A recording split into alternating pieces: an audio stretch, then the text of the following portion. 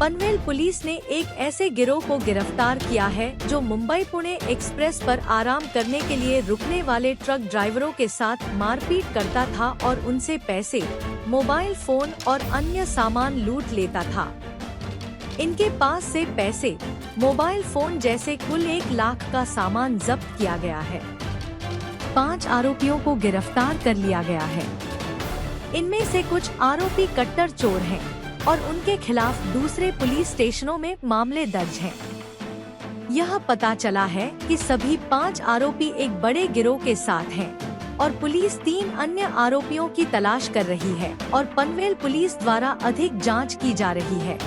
दिनांक 9/9/2024 रोजी चालक फिर्यादी श्री गेंदलाल रामगरीब पटेल हे त्यांची ट्रक घेऊन पुण्याकडून मुंबईच्या दिशेने येत असताना अमेठी युनिव्हर्सिटी पासून थोडं पुढे आल्यावर मुंबई लेनला ते लघुशंकेला थांबले। त्यावेळेस अंधारात 5 ते 7 आरोपींनी येऊन त्यांना पकडलं आणि त्यांना फरफटत रोडवर नेऊन त्यांच्याजवळचे 2 मोबाईल हँडसेट आणि 23,000 रुपये रोख अशी नगद रक्कम त्यांना जीव मारण्याची धमकी देऊन हाताबुक्क्याने चापटांनी मारून त्यांच्याकडून जबरीने हिसकून पळून गेले।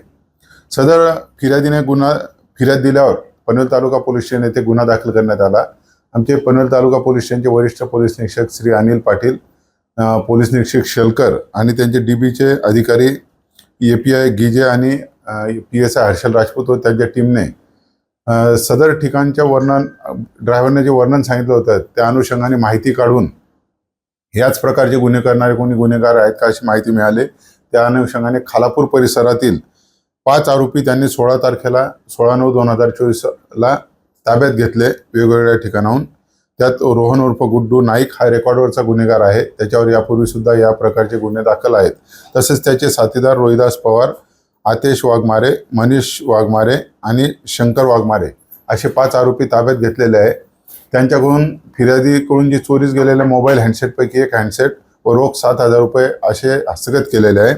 सदर केस दरोड्याची आपण दाखल केलेली आहे आणि इतरही अजून 4 मोबाईल त्यांच्याकडून मिळालेले आहे। ते मोबाईल अशी चोरीची असण्याची दाट शक्यता आहे व त्यांचे अजून काही साथीदार आहेत त्याचाही आम्ही शोध घेत आहोत। त्यांचे नावही निष्पन्न झालेले आहेत व त्यापैकी एका साथीदाराकडे आपल्या चोरीस गेलेल्या मोबाईलपैकी 1 मोबाईल त्याच्याकडे आहे आणि त्यांनाही लवकरच राऊंड अप करू आणि असे गुन्हे अजून काही केले का त्यांनी त्याची माहिती आता पोलीस कस्टडीत आपण घेत आहोत। या आधी जे एक्सप्रेसवर अशा प्रकारचे गुन्हे उघडकीस झाले त्यांच्याशी अटॅचमेंट आहे? हो, यातील एक नंबरचा जो आरोपी आहे रोहन उर्फ गुड्डू नाईक याने या अगोदर एक्सप्रेस रोडवर या पद्धतीचा एक गुन्हा केलेला होता। तेच रेकॉर्डवरचे जुने अभिलेख पाहूनच आम्ही या टोळीच्या मागे लागलो होतो आणि त्यात आम्हाला यश संपादन झालेलं आहे।